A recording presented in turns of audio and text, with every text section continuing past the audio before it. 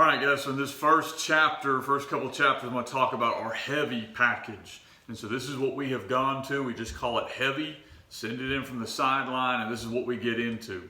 Okay, now, talk personnel real quickly on this. These are our third and short, fourth and short. The defense knows what we're going to do. We know what we're going to do. So we're going to get our biggest, baddest dudes in the game. We want to overload different gaps. Okay, so talk about personnel. We want to keep our quarterback on the field. So if he's not the guy you want running the ball in this set, we'll flex him out to a receiver. Okay, and then we are trying to create a gap over with a lineman. So we'll bring our next best lineman from over here, whether it's our quick guard, okay, or it's our quick tackle, who's our thicker, bigger, stronger kid who down blocks better, and we're going to put him over here. We keep our strong guard and strong tackle together. We keep our center in the game. We keep whichever guy on the quick side stays here. And then we try to keep our tight end in the game. We just move him to the quick side. And we will run over there too. We move him to the quick side. Then what we'll do in the backfield, depending on our personnel, is we'll put 2 or 3 guys as H-back type guys. So this could be your wingback you already have.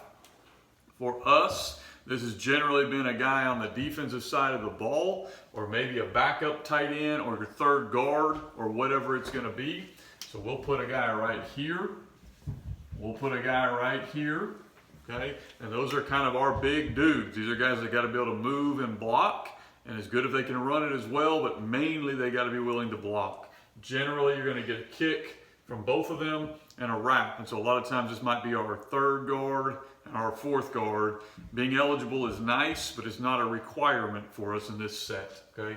Then we'll put our next best athlete right here, and we'll put our guy, whoever our guy is that year, is going to work on taking the snap at 4 yards. So he's going to be at 4 yards taking the snap. So that's our personnel. Our thought process behind this is we do want to be balanced. And I'm going to show you 4 plays that we run out of this set. But the reality is we only want to run 1 play. We want to run the ball right here. Okay, we want to run our version of power right there. And you know it. And the lady in the stands knows it. And the drunk guy at the top row that's screaming out, you know what they're going to run. He knows it too. We all know it. So we're going to put our biggest, baddest 5 dudes right here. I know you're going to put your biggest, baddest 5 dudes right there, but all we got to do is create a seam. And this is how we run our heavy package. So we run 4 plays out of this, and I'll walk through each one of those, but that's how we pick our personnel. We want to keep our quarterback on the field simply because it allows him to call the snap count. He can get him in the huddle. He can work things. He's your captain. He's your guy. You don't want him off the field. And there's been years where he was good enough to be this guy. That's a good year for us usually, okay? We'll keep our best running back right here.